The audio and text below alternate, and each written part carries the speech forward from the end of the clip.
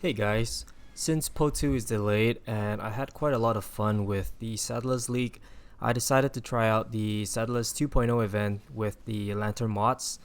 And here I didn't feel like interacting with the trade economy too much, so I kind of want to do my own thing. And so I decided to try out Solo Self-Found. Plus, it seems like the Lantern mobs have inflated the economy quite drastically, so just more reason for me to try Solo Self-Found here. Now, I chose to start with Pconc of Bouncing, Pathfinder, and this will be a Zero to Hero series part 1. And starting the campaign, I use Cobra Lash and swap to regular Pconc at level 12, which I then use to clear the campaign entirely. Now, Cobra Lash and Pconc have been my favorite leveling setup for Shadow / Ranger since I tried it out during the Gauntlet. I much prefer this setup over Rolling Magma or even Caustic Arrow. It just feels a lot stronger, especially early on. And then once you swap to Pconc, you don't have to worry about using your weapon and just focus on the other upgrades, which is huge. Now, the leveling experience or the campaign run was smooth overall. And unfortunately, I just had one death due to some crazy lantern mods that just spawned in my map, which to be fair I could have avoided, but I was just playing a little too casually. During the leveling process, I prioritized upgrading my life flask at every possible chance. If you're not aware, poison concoctions damage depends heavily on your life flask, so make sure to get to upgrade it whenever you can. And then for defenses, I just focus on getting life and resist on gear wherever I can. Now with the Settlers mechanic, you can also take advantage of the black market to get some nice gear pieces. Poison concoctions damage or poison damage is good enough to clear the entire campaign, though I would have swapped to the transfigured version, Pconc of Bouncing, if I got lucky during the campaign, but I did not get it during the normal or Crow lap. So after the Kitava kill, I ended up running about 6 to 8 Merc laps before I ended up getting my gem. So anyway, enjoy the rest of the campaign highlights, and then I'll go over the build at the end of the video and then showcase a quick map as well.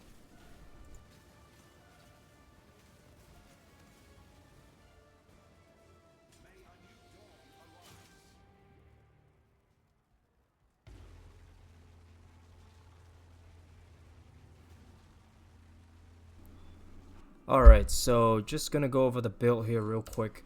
This is what the passive tree looks like, just a standard Pconc passive tree. We started going down here to grab these poison nodes and also some life less sustain. And then right away we went up here to grab more life less sustain, skipping these nodes first, and then prioritizing these nodes right here. Accuracy, life, poison, and then skipping this chain completely until we swap to Pconc of Bouncing. And then we went up here to grab poison, some life leech here, more life, and then these nice damage survivability notes up here.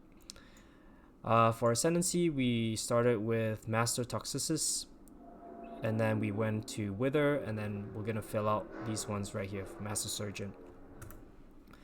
The character currently is level 79, resistance are capped.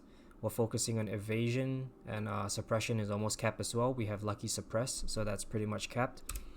Gearing is very, very bad right now because I haven't got much upgrades. Essentially just life resist everywhere. And then prioritizing the flash upgrades as always.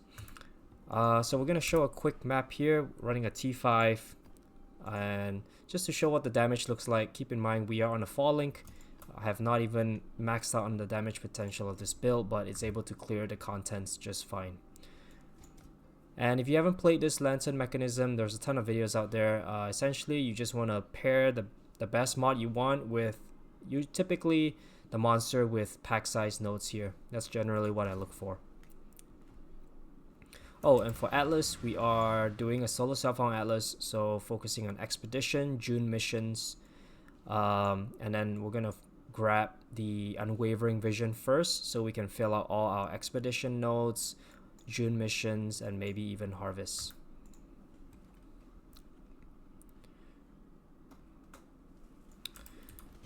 So this build does have quite a lot of buttons you have to press. Withering Step is a big one, and then for clearing, typically you would want to use, as you can see here, Plague Bearer as well. It makes clearing a lot easier, and you just basically run through the map like RF. And then for bosses, you want to cast Despair on them. So keep that in mind.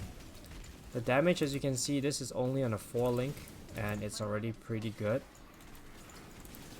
Oh, so I guess there's low regen here. I'm not leeching much. So I'm gonna skip the June missions, and I'm just gonna show you what the boss damage looks like. But yeah, it's been fun playing this build. Poison is something where you gotta... It's a little different from obviously direct damage types where it takes time to ramp up, so that's something you have to get used to. But once the ramp starts, it's pretty satisfying. No, not again.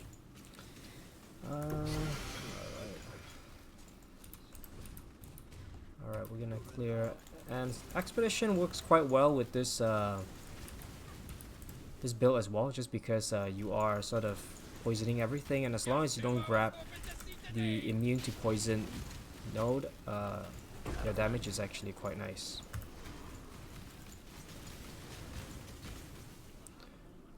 Let's hope for some entertainment. Alright, so we're gonna go do the boss real quick, see what the damage looks like. So I'm going to cast that, cast my Despair, and then as you can see, the ramp is pretty good. And yes, this is tier 5, but we're also on just a 4 link, so there's a lot of scaling potential for this build.